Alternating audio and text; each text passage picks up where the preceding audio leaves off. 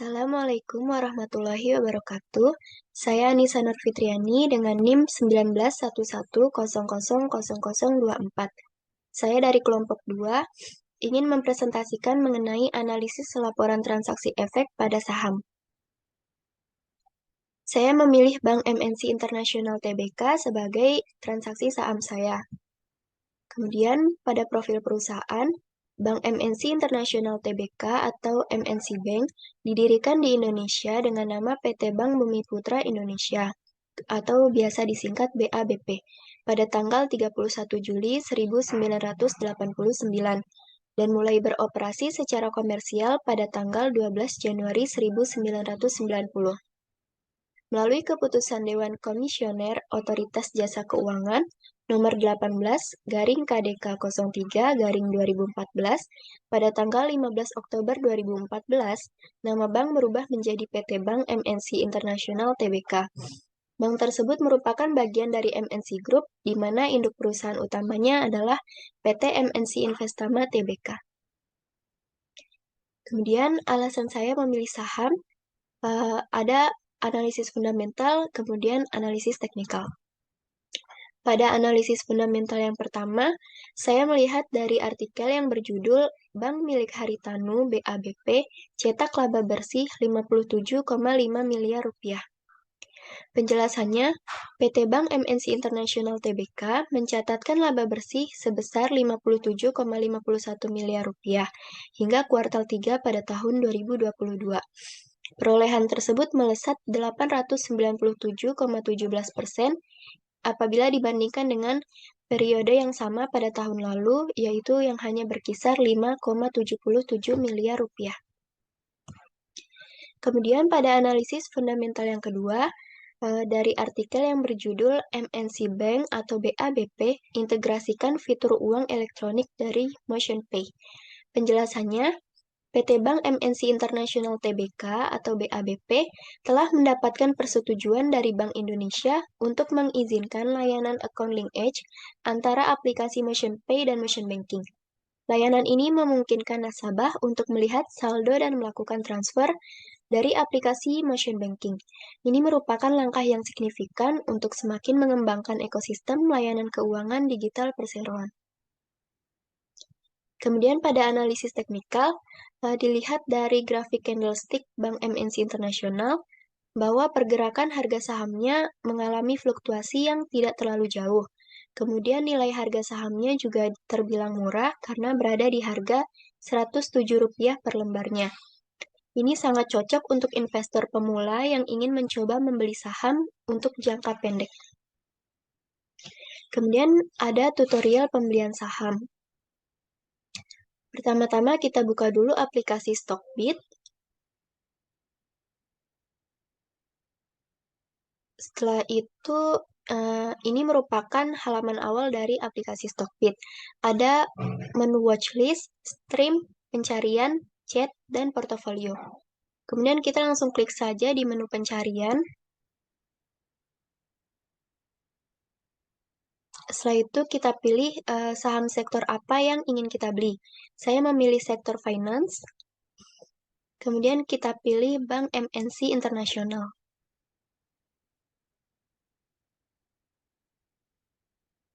Nah, di sini bisa langsung klik saja beli. Saya membeli sebanyak 2 lot, namun secara terpisah. 1 lot, kemudian 1 lot lagi. Nah, di sini kita klik confirm, kemudian klik selesai.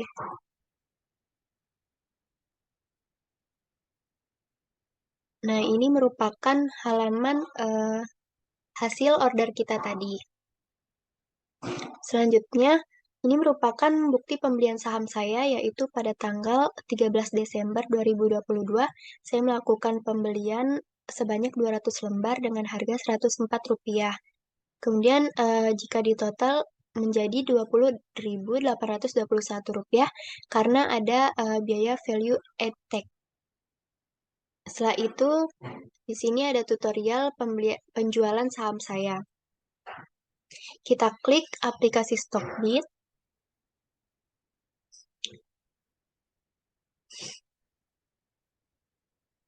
Ini merupakan halaman awal seperti tadi, kemudian kita klik portofolio, dan kita klik saham yang kita punya yaitu BABP. Kita bisa langsung klik sell atau jual. Nah, di sini saya menjual seluruh saham saya yaitu sebanyak 2 lot dengan harga Rp106 per lembarnya. Kita klik sell, kemudian kita confirm, dan kita klik selesai.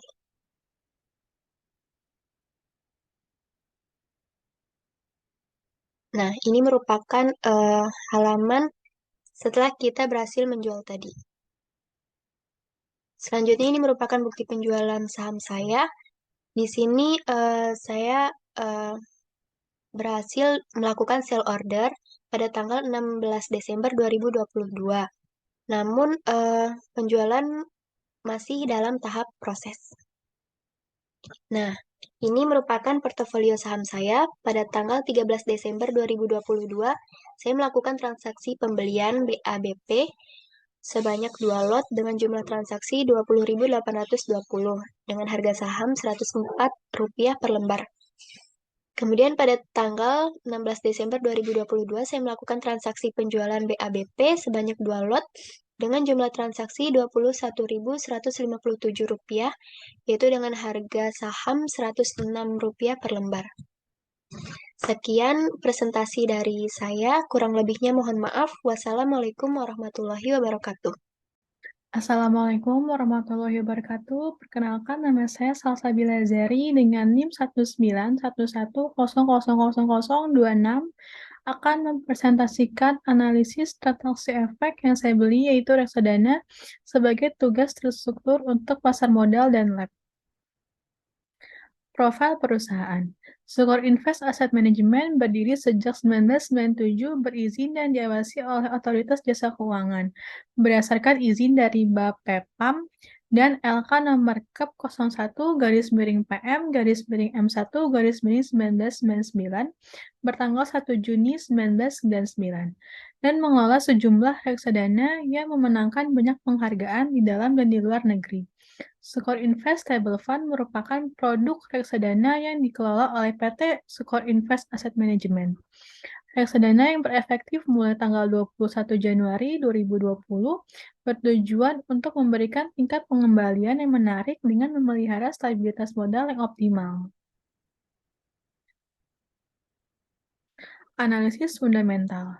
Alasan pembelian reksadana Sukor Investable Fund karena dari grafik tersebut dapat kita ketahui bahwa kinerja bulanan dan kinerja reksadana sejak diluncurkan terjadi peningkatan. Kinerja bulanan terendah berada pada 0,04% pada bulan Februari 2020. Ini terjadi karena baru efektifnya reksadana Sukor Investable Fund, lalu mengalami peningkatan 0,9% pada bulan Juni 2021. Lalu berdasarkan kinerja reksadana sejak diluncurkan berada pada 23,89%. Dan reksadana Sukor Investable Fund mendapatkan penghargaan sebagai reksadana terbaik periode 1 tahun dengan aset di atas 1 triliun rupiah. Analisis teknikal berdasarkan grafik dilihat dari pergerakan NAV mengalami peningkatan secara terus-menerus. NAV yang jelas tentu mempermudah untuk memperkirakan keuntungan yang didapatkan, dan nilai NAV cenderung murah berada di Rp1.239,8 per lembar dengan tingkat resiko yang sedang. Sangat cocok untuk yang ingin mencoba membeli reksadana untuk jangka pendek. Selanjutnya ada tutorial pembelian reksadana. Di sini saya menggunakan Bibit. Buka saja aplikasi Bibit, lalu pilih reksadana obligasi, yaitu saya pilih Sukor Investable Fund. Lalu di sini masukkan nominal pembeliannya yaitu 100.000, lalu klik setuju dan bayar sekarang. Lalu di sini saya membayar dengan GoPay, bisa juga transfer bank menggunakan virtual account. Saja klik bayar. Lalu di sini pembayaran berhasil dan mendapatkan bukti pembelian reksadananya. Selanjutnya ini bukti pembelian reksadana. Saya membeli dengan jumlah investasi 100.000 dengan NAV 1.239,1, maka saya mendapatkan jumlah unit sebanyak 80,7037. Lalu di sini ada tutorial penjualan reksadananya. Di sini klik jual, lalu pilih Sukor Investable Fund. Lalu di sini saya menjual seluruh unit saya.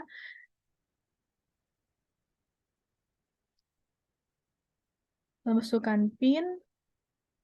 Selanjutnya di sini dapat bukti penjualan reksadananya.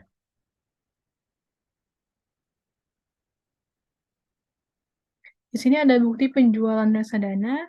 Saya menjual Sukor Investable Fund dengan nilai perkiraan unit dengan nilai jualnya yaitu 100.056 dan jumlah unit yang saya jual itu seluruhnya yaitu 80,7037 unit. Maka nanti dana yang akan masuk ke rekening saya yaitu maksimum 7 hari kerja. Selanjutnya di sini ada portofolio reksadana. Pada tanggal 1 Desember 2022, saya melakukan transaksi pembelian reksadana Sukor Investable Fund dengan jumlah investasi yaitu 100.000 dengan NAV-nya 1.239,10, maka unit yang saya dapatkan yaitu 80,7037. Lalu pada tanggal 6 Desember 2022, saya melakukan transaksi penjualan reksadana Sukor Investable Fund dengan jumlah investasinya yaitu 100.056, maka saya mendapatkan keuntungan yaitu Rp56 dan jumlah unit yang saya jual itu seluruhnya yaitu 80,7037, maka NAV-nya menjadi 1.239,79. Sekian presentasi dari saya untuk analisis transaksi efek sebagai tugas terstruktur untuk pasar modal dan lab.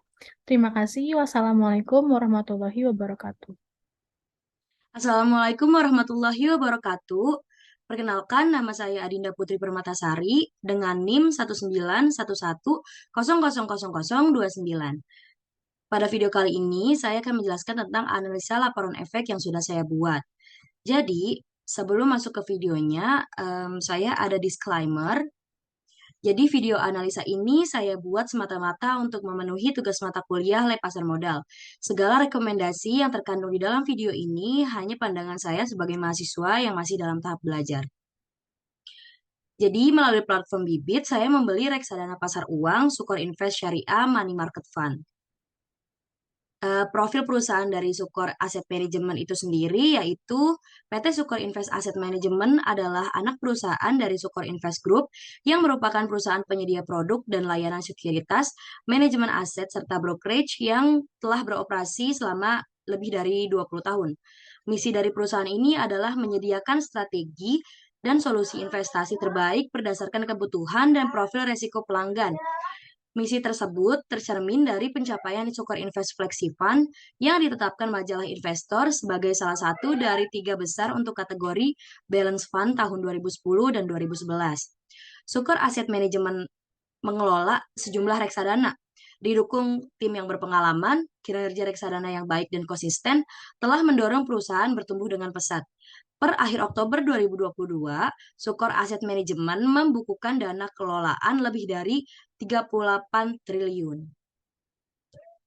Jadi alasan saya mengapa saya memilih reksadana pasar uang dari money market fund syariah ini, saya telah melakukan analisis fundamental dan analisis teknikal. Pertama yang saya lakukan adalah analisis fundamental. Analisis fundamental yang saya telah lakukan ini terdapat berita dari barometer Bareksa, namun saya membelinya melalui aplikasi Bibit. Jadi Sukor Invest Equity Fund kinerja positifnya 14,9% setahun. Peluang investasi buat investor sangat agresif. Jadi Sukor Invest Equity Fund adalah salah satu produk reksadana saham yang bisa jadi pertimbangan smart investor. Secara historis, reksadana kelolaan PT Sukor Asset Management ini bisa konsisten menciptakan kinerja yang cemerlang. Dalam setahun terakhir, reksadana saham ini mencatat return sebesar 14,98% per 2 Desember 2022. Kinerja tersebut masuk dalam top 5 reksadana saham terbaik di Super App Investasi Bibit dan Bareksa. Kemudian analisis fundamental yang kedua itu ada indeks saham turun, cuan reksadana pendapatan tetap Shailendra dan Sukor Invest stabil. Jadi indeks harga saham gabungan atau IHSG pada 6 Desember 2022 melemah sebesar 1,36% ke level 6.892,57.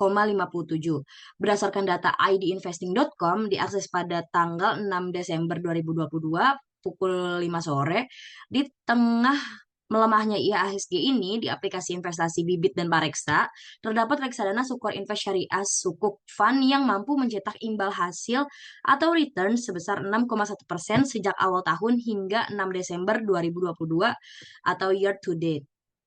Oke. Kemudian di sini ada analisis teknikal yang sudah saya lakukan. Di sini terdapat grafik dari NAV atau NAB.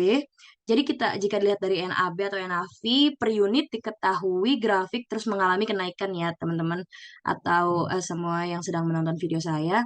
Jadi tahun lalu NAB per unit hanya berkisar di Rp1.219, sedangkan tahun ini mencapai sebesar Rp1.268 yang mana mengalami peningkatan. Ini adalah bukti pembelian reksadana yang sudah saya lakukan. Lagi-lagi saya harus bilang saya belinya di Bibit, namun saya melihat platform lain seperti Bareksa juga. Ini adalah buktinya saya membeli sejumlah 100.000 dengan unitnya itu sebesar 79,1414. Oke. Kemudian saya di sini ada performa reksadana selama 3 tahun ini dari sudut pandang aplikasi Bibit itu sendiri. Dapat dilihat terus mengalami kenaikan dari Januari sampai sekarang atau 8 Desember 2022. Ya kan dengan tingkat resiko yang rendah namun dapat return yang menjanjikan.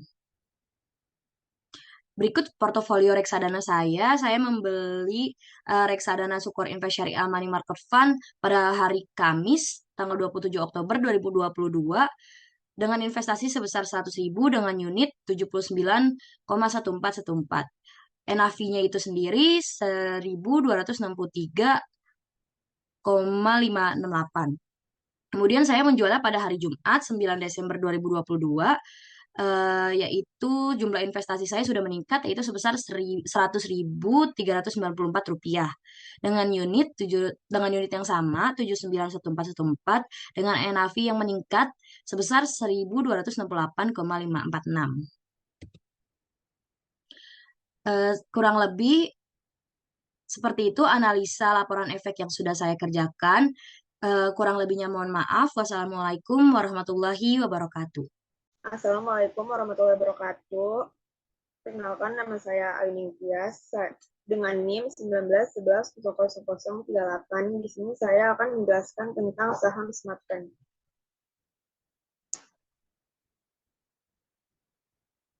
Lanjut. Profil singkat perusahaan PT Smartfren Telekom Tbk. PT Smartfren Telekom Tbk merupakan salah satu perusahaan penyedia layanan telekomunikasi terdepan di Indonesia. Pada tahun 2015, Smartfren berinovasi dengan meluncurkan layanan 4G LTE Advanced komersial pertama di Indonesia. Dan di awal tahun 2016, Smartfren kembali mencetak sejarah sebagai perusahaan telekomunikasi pertama di Indonesia yang menyediakan layanan Voice over LTE atau VoLTE secara komersial. Pada tahun 2017, Smartfren mengukuhkan posisinya sebagai penyedia layanan operator 4G terdepan melalui migrasi pelanggan CDMA menjadi pelanggan 4G. Sehingga perseroan saat ini merupakan satu-satunya operator yang beroperasi di jaringan 4G sepenuhnya, dengan wilayah cakupan jaringan yang luas melalui sekitar 15.000 BTS 4G yang tersebar di 200 kota di seluruh Indonesia. Smartfren telah didaulat menjadi official toko partner untuk brand smartphone global ternama. Selain itu, Smartfren juga menghadirkan pengalaman layanan data yang fleksibel melalui pilihan paket data yang bervariasi dan melalui smartphone Andromex dan MIDI modern. Selanjutnya, performa saham friend. Di sini terdapat gambar friend harga saham. Pemilihan emiten ada dua, yaitu analisa fundamental dan analisa teknikal. Analisa fundamental di sini yaitu Smartfren 12 tahun masih tekor dan mencetak rugi sebesar 1,75 triliun.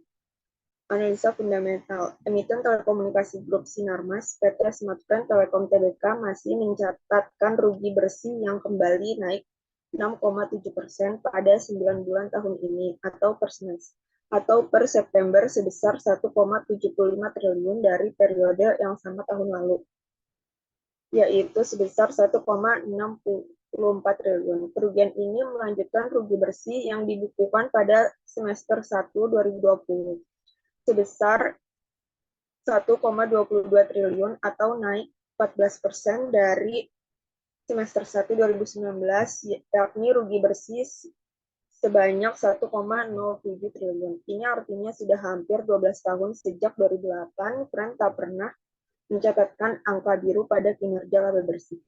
Berdasarkan laporan keuangan Fren, rugi bersih ini dicatatkan di tengah pendapatan perusahaan yang justru meroket 37,55% menjadi 6,85 triliun dari periode yang sama tahun lalu, yaitu 4,98 triliun. Secara rinci, pendapatan yang naik ialah pendapatan data mencapai 2,24 triliun dari 4,72 triliun dan pendapatan non-data yang juga naik menjadi 292,97 miliar dari 211,37 miliar. Selanjutnya, pendapatan lain yang juga naik ialah jasa interkoneksi, yaitu sebesar 130,95 miliar dari 34,35 miliar. Dan pendapatan lain-lain sebesar 185,17 miliar dari 13,83 miliar. Kenaikan rugi bersih ini terjadi bersamaan dengan beban perusahaan yang masih tinggi, sehingga menyebabkan anak usaha grup Sinarmas ini masih mencatatkan rugi usaha 1,5 triliun, meski berkurang dari sebelumnya rugi usaha 1,76 triliun. Beban penyusutan dan amortisasi naik menjadi 3,25 triliun dari 2,67 triliun. Beban operasi, pemeliharaan, dan jasa teknologi juga naik menjadi 2,89 triliun dari sebelumnya 2,67 triliun. Beban penjualan dan pemasaran juga naik menjadi 876,11 miliar dari 638,59 miliar.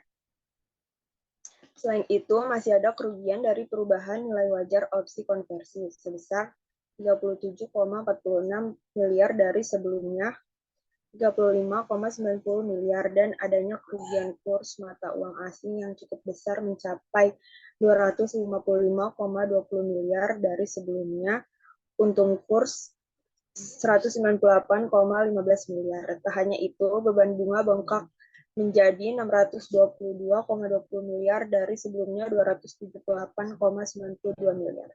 Analisa teknikal di sini adalah grafik saham Fren. Chart pertama adalah chart Fren selama 2 tahun. Sedangkan yang kedua selama 1 tahun. Pada kedua chart tersebut kita bisa lihat bahwa Fren adalah saham yang volatilitas harganya sangat tinggi. Bisa dilihat bahwa saham Fren yang awalnya berada di harga 50.000, harganya tiba-tiba naik drastis dalam kurun waktu sekitar 1 bulan sampai ke harga 300.000. Namun tidak lama kemudian sahamnya turun lagi ke 100.000 dan Fren jatuh dari 300.000 ke 100.000 dalam waktu yang cepat. Dan di sini adalah gambar grafik saham Fren pada tahun kedua. Di chart kedua, di mana Fren sempat mengalami fluktuatif yang sangat tajam, Fren kemudian terus bergerak sideways dengan volume yang sepi transaksi. Fren bahkan sempat hampir turun ke 50.000, namun kemudian harganya naik kembali dengan cepat sampai 100.000. Tetapi pada grafik di atas bisa kita lihat bahwa volume friend yang sangat tidak stabil. Volume friend terkadang tinggi namun terkadang sangat tipis dan nyaris tidak terlihat. Ini menunjukkan bahwa fluktuatif ditradingkan oleh banyak pelaku pasar dan bandar dalam waktu tertentu. Namun di waktu lain sahamnya tidak bergerak oleh bandar. Sini saya akan menjelaskan tutorial tentang membeli saham. Yang pertama, kita harus punya aplikasinya dulu. Di sini saya pakai aplikasi Ajaib. Dan yang kedua, saham friend untuk hari ini yaitu sebesar 6.800. Lanjut, di sini kita akan membeli saham friend dengan satu lot saja, seharga 6.700. Di sini terdapat grafik saham friend. Di sini ada bukti kita membeli saham friend. Sekian presentasi dari saya, kurang lebihnya mohon maaf. Wabillahi taufiq wal hidayah. Wassalamualaikum warahmatullahi wabarakatuh.